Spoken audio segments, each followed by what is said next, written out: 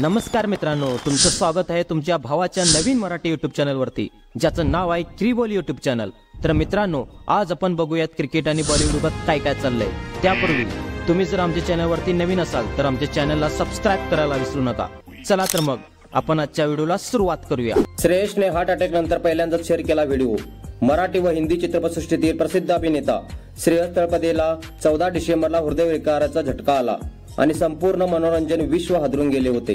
या संकटातून वाचल्यानंतर प्रेक्षकांचा लाडका यश आता घरी आराम करत असून त्याच्या तब्येतीची सुधारणा होत आहे। या दरम्यान त्याने सोशल मीडियावर स्वतःचा एक व्हिडिओ शेअर केल्याने चाहत्यांचा जीव भांड्यात पडला आहे।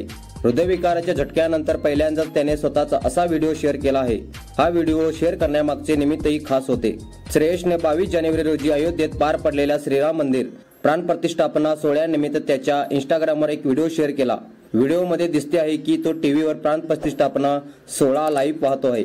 मित्रांनो, तुम्हाला जर बॉलिवूड, स्पोर्ट्स आणि देशाबद्दल रोजच्या रोज महत्त्वाच्या अपडेट्स हवे असतील तर तुमच्या भावाच्या मराठी चॅनलला सपोर्ट करा आणि सबस्क्राइब करायला विसरू नका। धन्यवाद। जय शिवराय।